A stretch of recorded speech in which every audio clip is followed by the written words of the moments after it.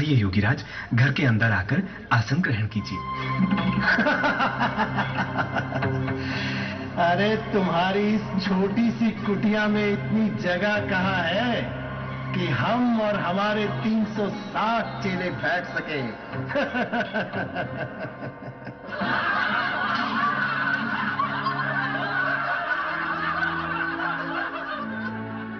परंतु माता दी महिमा अपरंपार है। उनकी लीला गी समझना बड़ा गै मुश्किल है। एक एक करिए भैरोनाथ दे 360 चेले घरें च आई गए।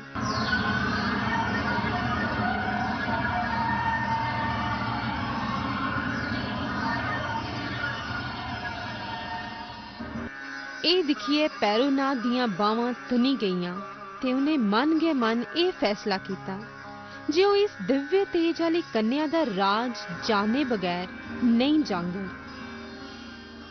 आसन च बैठिए भैरोनाथ ने अपने सारे चेलें दी इच्छा अनुसार बख-बख भोजन दे पदार्थें दी मंग कीती। ये सब सुनिए श्रीधर देवी कन्या सामने हथ जोड़िए खलोई गए, परंतु देवी कन्या दे चेहरे पर कोई फर्क नहीं पिया। उन्हें सारे दी इच्छा अनुसार बख-बख पकवान ते मिष्ठाने दी व्यवस्था करी दिती।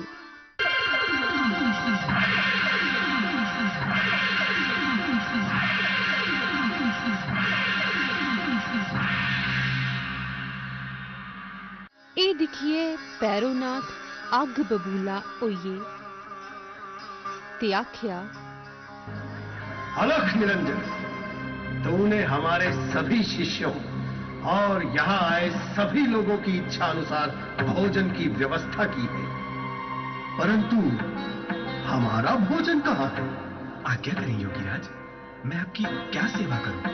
अरे हम औघड़ साधु हैं मूर्ख। पूछ पूछ इस कन्या से, क्या ये घर आए साधु की इच्छा पूर्वक भोजन करवा सकती है? बोलो योगीराज, क्या इच्छा है? हम औघड़ साधु हैं कन्या, हमारा प्रिय भोजन है मांस और मदिरा। हमारी भूख उसी से शांत होगी। हे भैरव, यह ब्राह्मण के घर का भंडारा है और यहाँ इस प्रकार की वस्तुओं की अपेक्षा करना अनुचित होगा। अतः तुम इस सात्विक भोजन को स्वीकार करो। है नादान कन्या, हमारे समक्ष स्वयं देवता भी अपने कथन कहते हुए विचार करते हैं और तू हमें ही तिरस्कृत कर रही है। ठहर जा,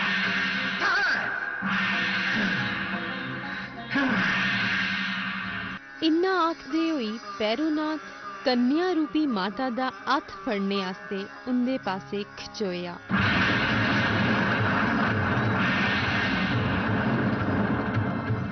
उदी एक कोशिश विफल करदी हुई माता रूपी कन्या लुप्त होई गई। कहाँ गई?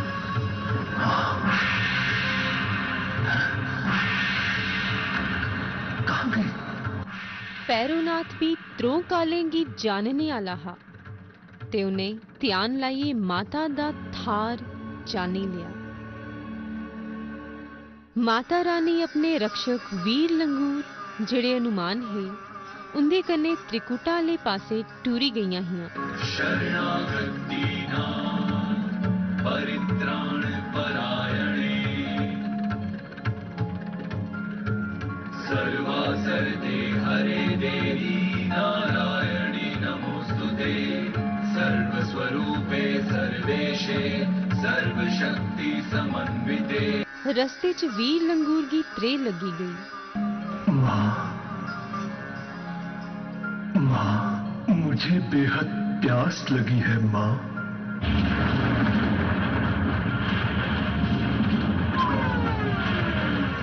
माता वैष्णो रे पत्थरे च तीर मारिए पानी दी तार प्रकट करी दिती ते वीर लंगूर दी त्रे बुझाई। उदे परंत माता रानी ने अपने बालें गी भी उथे गए तोता।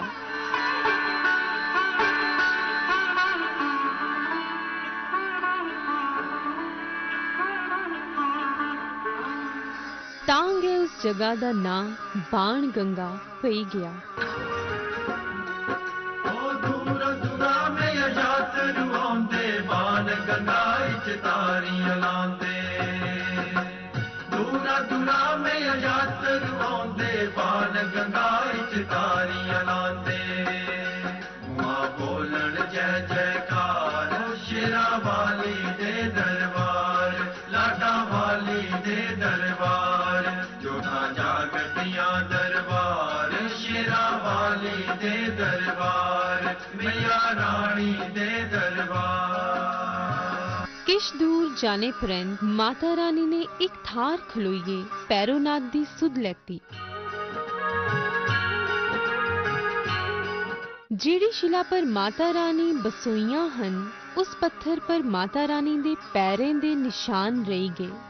ਤਾਂ ਗਏ उस जगह ਦਾ ਨਾਂ चरण पादुका पई गया। तीजा दर्शन चरण पादुका चौथा आद कवारी जी तेरी दिन दिन जोत सवारी शेरा वाली दे दरबार लाडा वाली दे दरबार जोधा जागतियां दरबार शेरा वाली दे दरबार मैया रानी दे दरबार।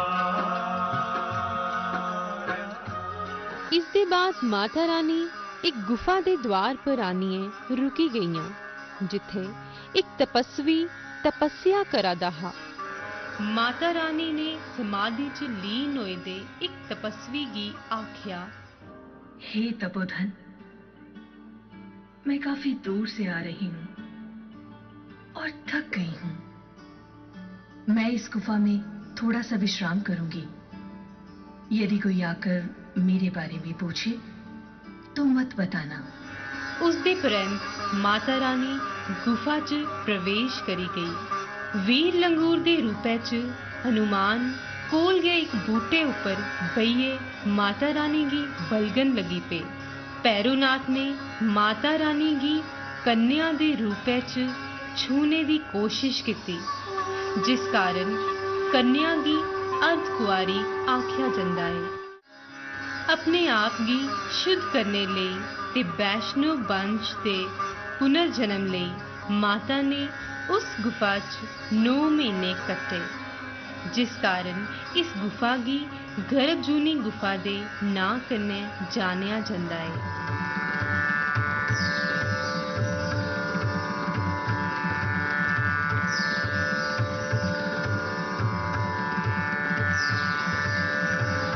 गर्भ जूने च 9 महीने रोने दे परंत माता रानी होरें खुद गी शुद्ध करिए वैष्णव अंश प्राप्त किया।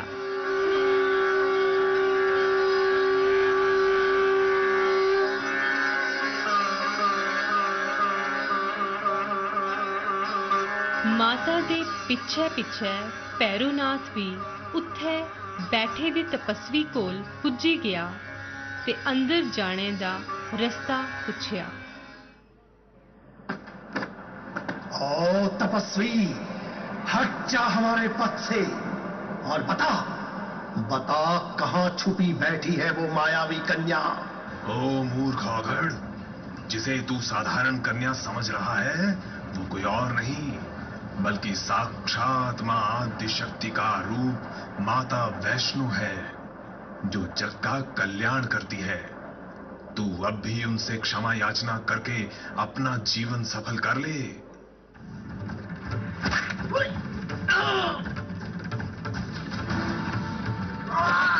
दोने दे विश्कार काफी तनोतनी होने दे बावजूद पैरो गुफा वाले पासे बराबर वधने दा प्रयास करदा रहा।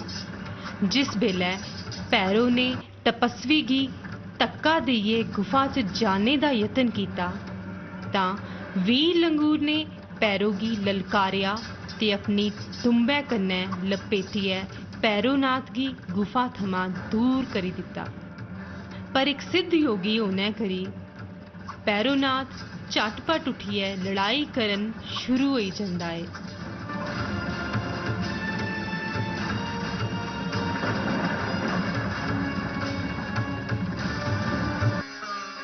पैरोनाथ दे इस बदसलूकी आले कम्मेगी दिखी है। जिस बेले माता रानी क्रोधित होई है, खड़ोई जंदी है।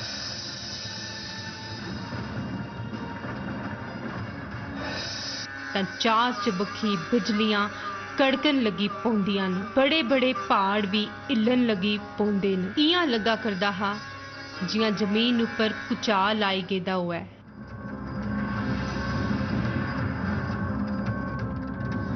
इन्ने चिरै च हनुमान जी भी अपने क्रोधित रूपै च भैरो गी नष्ट करने आस्ते प्रकट होई जंदे ने। उस बेले माता रानी अपने त्रिशूलै कन्नै गुफा गी चीरदी होई शेरै उपर सवार होइयै प्रकट होई जंदी है।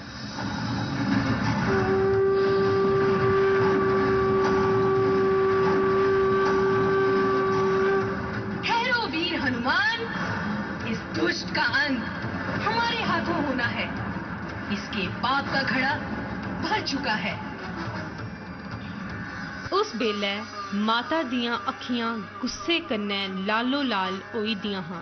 उंदे चंद्रमा जने चेहरे उपर क्रोध दी लालिमा इयां लगा दी ही जियां आपूं यम प्रकट होई गेदे ने।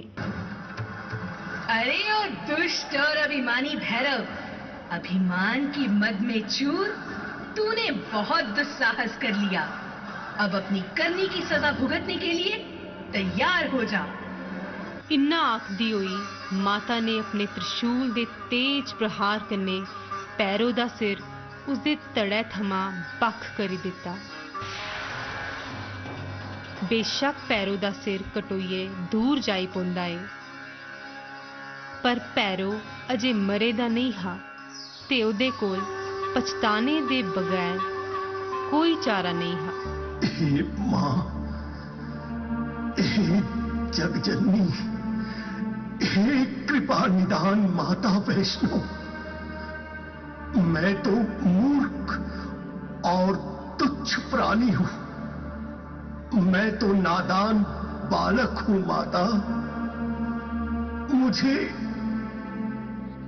क्षमा करो, मुझे क्षमा करो, मुझे क्षमा करो। पृथ्व्यां पुत्रास्ते जननी बहवः सन्ति सरलाः परम तेषां मध्ये विरतरलोऽहं तव सुते मदीयोऽयं त्यागः समुचितमिदं नो तव शिवे कुपुत्रो जाये क्वचिदपि कुमाता न भवति। जिस बेले भैरोनाथ माता रानी गी बार बार मां करिए पुकारदा है ते अपनी बदसलूकी लई माफी मंगदा है, तां माता रानी दे ममता भरोचे दिलै च क्यास आई जंदा है। हे भैरवनाथ, तुमने मुझे मां कहकर पुकारा है, इसलिए तुम्हारे सभी पाप इसी क्षण मिट गए, क्योंकि तुम्हारी मृत्यु मेरे हाथों हुई है तो तुम मोक्ष के अधिकारी हो। मैं तुम्हें ये वर देती हूं कि मेरे इस दिव्य स्थान पर मेरे पिंडी रूप का दर्शन करने के पश्चात तुम्हारे दर्शन करना आवश्यक होगा। जो भी मनुष्य मेरी धाम आकर मात्र मेरे दर्शन करके चला जाएगा तो उसकी यात्रा पूर्ण नहीं मानी जाएगी। यात्रा पूर्ण करने हेतु मेरे दर्शन के पश्चात तुम्हारे दर्शन करने से मनुष्य की सभी मनोकामनाएं पूर्ण हो जाएंगी।